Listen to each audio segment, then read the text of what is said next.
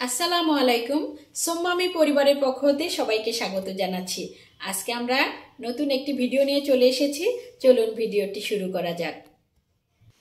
আজকে আমরা তৈরি করব চিকেন চাপ। এটা ছোট বড় সবার কিন্তু খুব পছন্দের একটি খাবার, বিশেষ করে বাচ্চাদের তো আরও বেশি।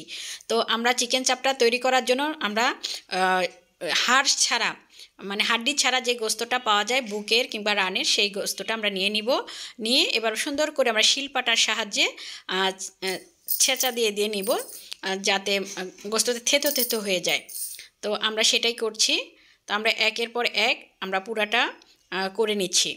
শুধু হাড্ডিগুলা থাকা যাবে না, যেহেতু ছেঁচা লাগে।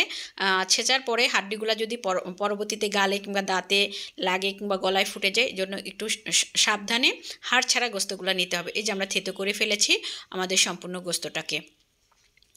তো এবার আমরা সকল মশলাগুলো দিয়ে আমরা মাখিয়ে নিচ্ছি। আমরা এখানে টক দই দিয়েছি, আমরা একটু মরিচের গুঁড়া দিয়েছি, আমরা এখানে যে চাপ তৈরির যে মশলাটা সেটা 2 চামচ মতো দিয়ে দিলাম, লবণ স্বাদ মতো, একটু গোলমরিচের গুঁড়া। তো এগুলো সব কিছু একসাথে দিয়ে আর সরিষার তেল 2 চামচ মতো, তো সরিষার তেল দিয়ে আমরা সুন্দর করে মেখে নিচ্ছি। হালকা একটু আদা বাটা দিয়েছি, একটু পেঁয়াজ বাটা দিয়েছি, একটু রসুন বাটা দিয়েছি। গোস্ত রান্না করতে যেসব মোটামুটি লাগে সব কিছু, যাতে এটাও তো গোস্তের আইটেমই। তো এবার আমরা খুব সুন্দর করে পুরা গোস্তটা মাখিয়ে নিব, মশলাটা যেন পুরা গোস্তটার মধ্যে চলে যায়। আর আমরা শিলপাটায় খুব সুন্দর করে থেতো করে নিয়েছি গোস্তটাকে। আর এভাবে বাসায় তৈরি করে খেতে পারলে কিন্তু খাওয়া যায় রুচি সহকারে। যা আমি নিজে হাতে তৈরি করছি এবং আমার বাচ্চাদেরও খাওয়াচ্ছি। এবার খুব ভালো করে আমরা মিশিয়ে নিচ্ছি। এবার আমরা 1/2 চামচ মতো একটু লেবুর রস দিয়ে দিলাম। টক দই যেহেতু দেওয়া আছে, তারপর একটু লেবুর রস দিয়ে দিলাম।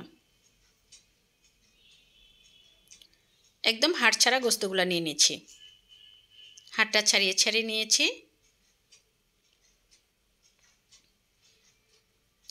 এবার আমরা গোস্তটাকে 1 ঘন্টার জন্য ঢেকে রেখে দিব। 1 ঘন্টা পরে আমরা সরিষার তেল দিয়ে, ফ্রাই প্যানে খুব বেশি তেল দেব না, পরিমাণ মতো সরিষার তেল দিয়ে আমরা হালকা হালকা আঁচে ভেজে নিচ্ছি। মচমচা ভাজি হবে না, ভিতরে একটা জুসি ভাব থাকবে। হালকা জালে একটু সময় নিয়ে ভাজতে হবে। আমরা উল্টিয়ে দিলাম।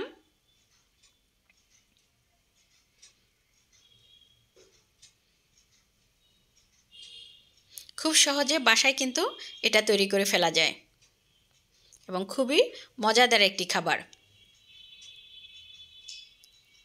এই যে আমাদের চাপটা প্রায় শেষের দিকে হয়ে এসেছে, দেখতেও অনেক সুন্দর হয়েছে, খেতেও কিন্তু অনেক মজাদার হবে। তো আমরা প্লেটে তুলে নিলাম। তো আজকে আমরা এটা রাত্রির ডিনারে আমরা খাবো। তো এটার সাথে আমরা কিছু নান রেখেছি।